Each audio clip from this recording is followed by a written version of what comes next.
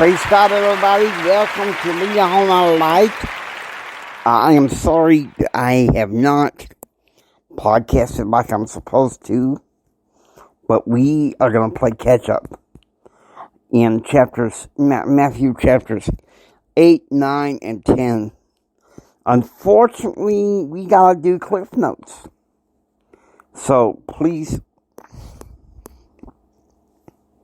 forgive me. Now, Matthew chapter 8 has 34 verses. So, we're going to start with him healing the leper. When he was come down from the mountain, great multitudes followed him. And behold, there came a leper and worshipped him, saying, Lord, if thou wilt, thou canst make me clean. And Jesus put forth his hand and touched him, saying, I will. Be thou clean. And immediately the leprosy was cleansed.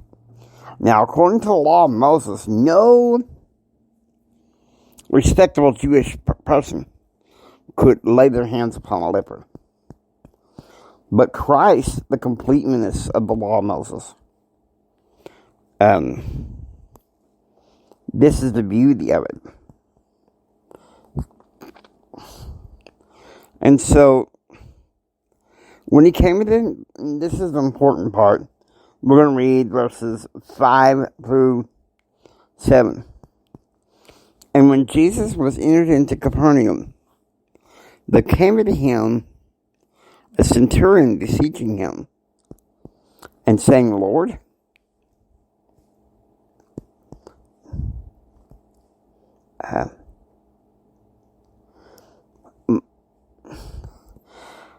my child lieth at home sick of the palsy, sick of paralysis, grievously tormented. And Jesus said unto them, I will come and heal him. And of course, I love the story of the centurion, because he being a person of authority, recognizes Jesus. And so verses 11 and 12, this is some teachings from Jesus. And I say unto you, that many shall come from the east and west, and shall sit down with Abraham and Isaac and Jacob in the kingdom of heaven. Verse 12.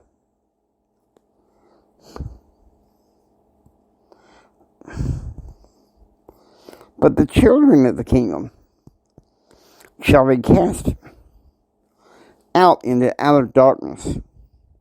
There shall be weeping and gnashing of teeth. You know, last week I got asked a question. Your church, do y'all believe in hell? I said, of course, it's called,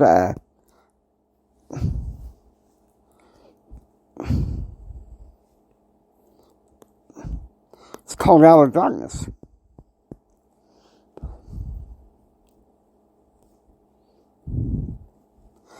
And you think about the time about Peter's wife's mother is laid and sick of a fever. Okay, and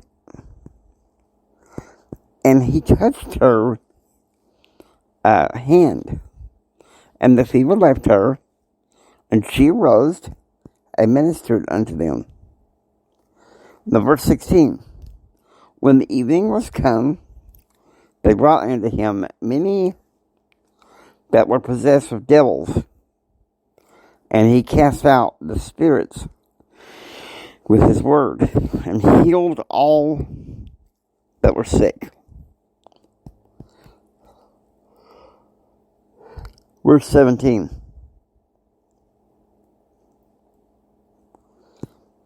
That it might be fulfilled which is spoken by Isaiah, meaning Isaiah, the prophet, saying, Himself took all our infirmities and bare our sicknesses. So that's pretty powerful right there. It really is. Now, verse 25, I'm going to read verses 25 and through 27. And his disciples came to him, and okay, this is when they're in the Sea of Galilee, the lake, and the storm come up, and they, Master, save us, we perish. And of course, and it said unto them, why are ye fearful, O ye of little faith? Then he arose, and he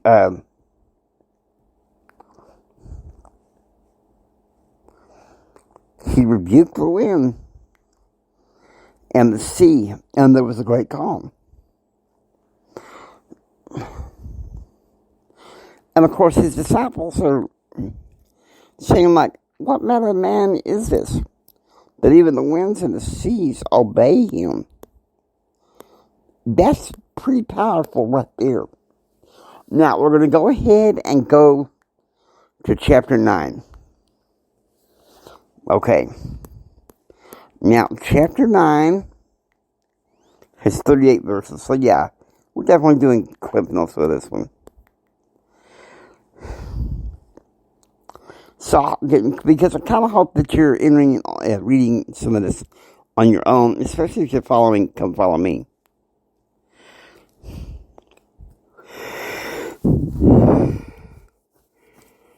He entered into a ship and passed over and came to his own city. Of course, they bring into him a man who's had a stroke, paralysis, lying on a bed. And Jesus, seeing their faith, said unto, the man that was sick of the palsy, Son, be of good cheer. Thy sins be forgiven thee. And these scribes and Pharisees are, well, this man speaks blasphemies. Who can forgive sin but God alone? And in verse 5 in the JST it says, For it is not easier to say, Thy sins be forgiven thee, than to say, Arise and walk. In verse 6 it says, But that ye may know that the Son of Man hath power on earth to forgive sins. Then saith he to the sick of the palsy, Arise, take up thy bed, and go on into thine house. Now you think about that. It shows, once again, his authority as the Son of God, as a person having the Melchizedek priesthood. Verse 7, And he arose and departed to his house. Verse 8, If I can get this crazy phone to cooperate. There we go.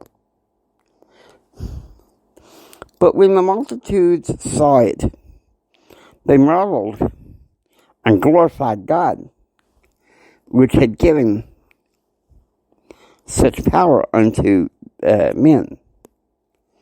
Okay, so now we're going to skip down to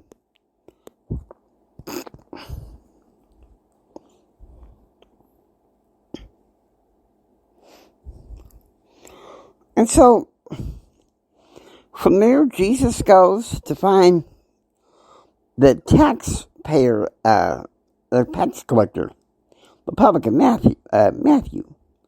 And they're in the house, and the scribes and the Pharisees are like saying, Why?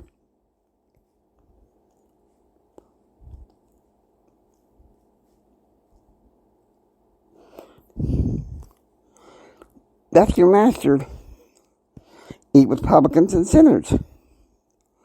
And of course, Jesus goes into this discourse about how the kingdom is being restored. And then comes the disciples of John saying, hey, we and the Pharisees fast, but you don't. And of course, Jesus goes into how he is the bridegroom of the kingdom. And so, once again, he goes into his lecture. We're going to cover verses 16, 17, and 18. No man putteth a piece of new cloth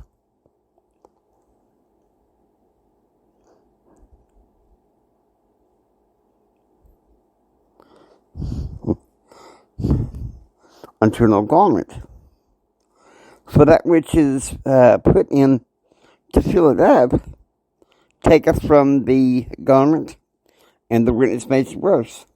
And that means, a piece of garment that is not necessarily fit. Okay. Now, verse 17. And I love this verse.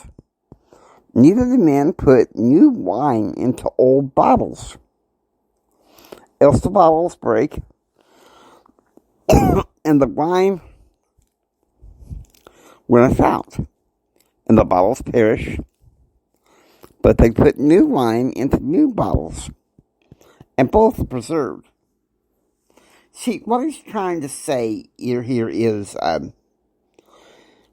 you can't solve today's problems with yesterday's solutions. Basically saying, you scribes and Pharisees and disciples of John, God bless you, but you're going by the wrong system. This is the kingdom renewed that John preached about. Now, while he spake these things unto them, behold, there came a certain ruler and worshipped him, saying,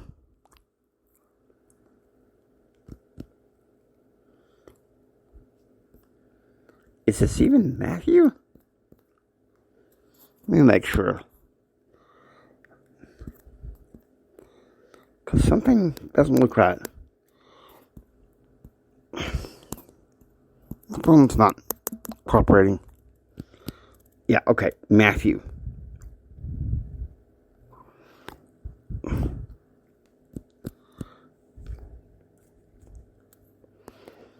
Okay, there's a lot of reference for some reason. Okay, let's get this right. And I'm sorry.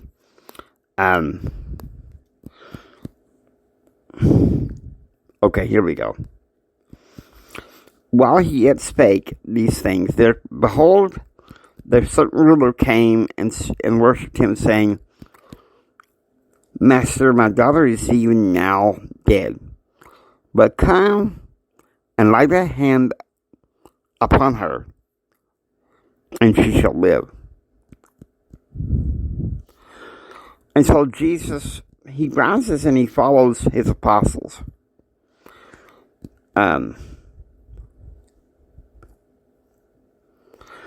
And of course, verse 21, I love this. This person had an issue, a woman that had an issue of blood. She pressed in, she said, but if I am touched by his garment, I shall be whole. Now, what most Christians don't know, the hem of his garment, the top of the head, I think even to the bottom of the garment, there's these little fringes that are reminders of the commandment. And Jesus wore that, having a Melchizedek priesthood. And he noticed that, he was, so he healed this person. And, of course, he, eventually he heals Jairus' daughter. Verse 27.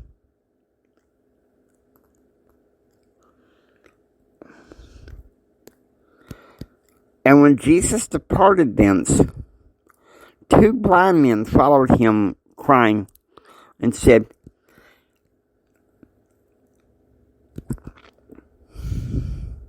Thou son of David, have mercy on us. And when he was come into the house, the blind men came to him. And Jesus said unto them, Believe ye that I am able to do this? They say unto him, Yea, Lord.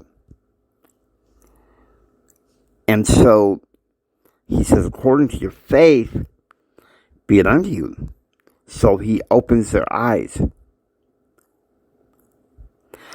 of course, he tells them not to say anything.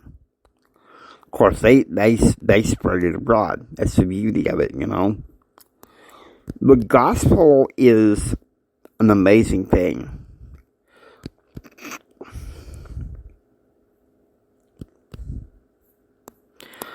Now, we're going to go ahead and go to Matthew chapter 10. Chapter 9 was beautiful, don't get me wrong. But I really think that there were some parts of it that really take some deep reading and pondering. Now, chapter 10. Now, he's calling us the 12. Okay? I want you to think about this. How important this is. How he's calling these 12. And he's... Of course, I'm only going to do cursory notes, like I said. Because I kind of lost track of things. Verse 13.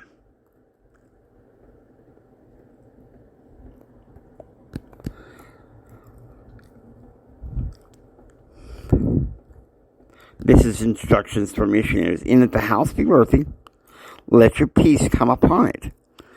But if it be not worthy, let your peace return to you.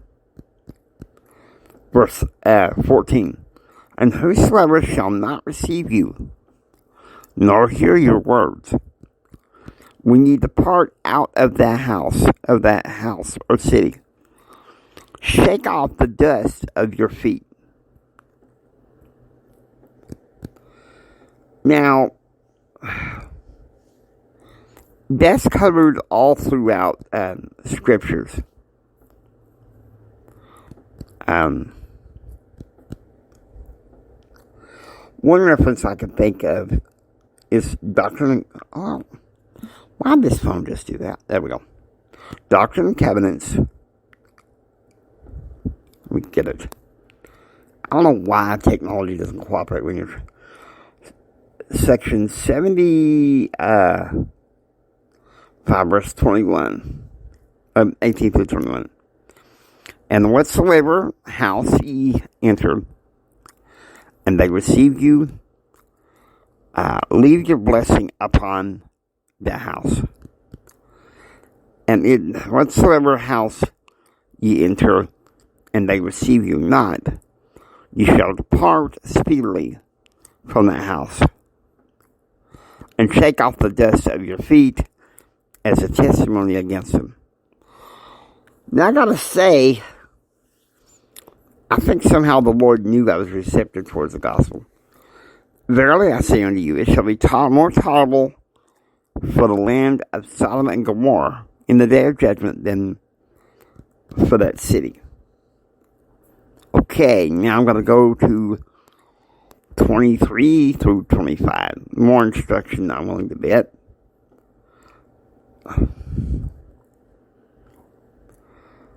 Yes, it is. And ye shall be hated of all men for my name's sake. But he that endureth to the end shall be saved. Okay, that's verse 22. Now let's go to verse 23. But when they persecute you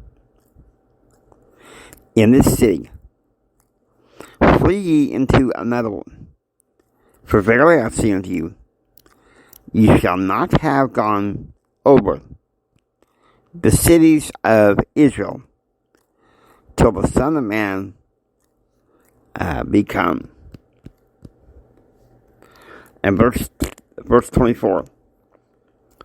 The disciple is not above his master, nor the servant above his Lord.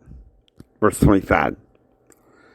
It is enough for the disciple that he be as his master, and the servant as his Lord, if they have called the master of the house. Wait a minute. This is...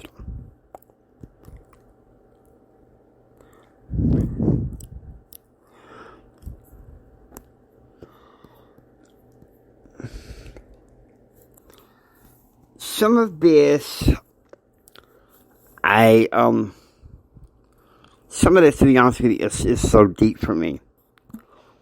I mean, we may go ahead and end this early, because to be honest with you, okay, how they called Beelzebub, how much more shall they call them of his household? This is teaching that I've never seen in Matthew. So that tells you something. Now, we're going to do 33 through 35, and that's it. There's a lot of Hebrewism in Matthew. Verse 33. But whosoever... Okay, we're going to start with verse 32, okay? Whosoever therefore shall confess me before men, him will I confess also before my Father, which is in heaven.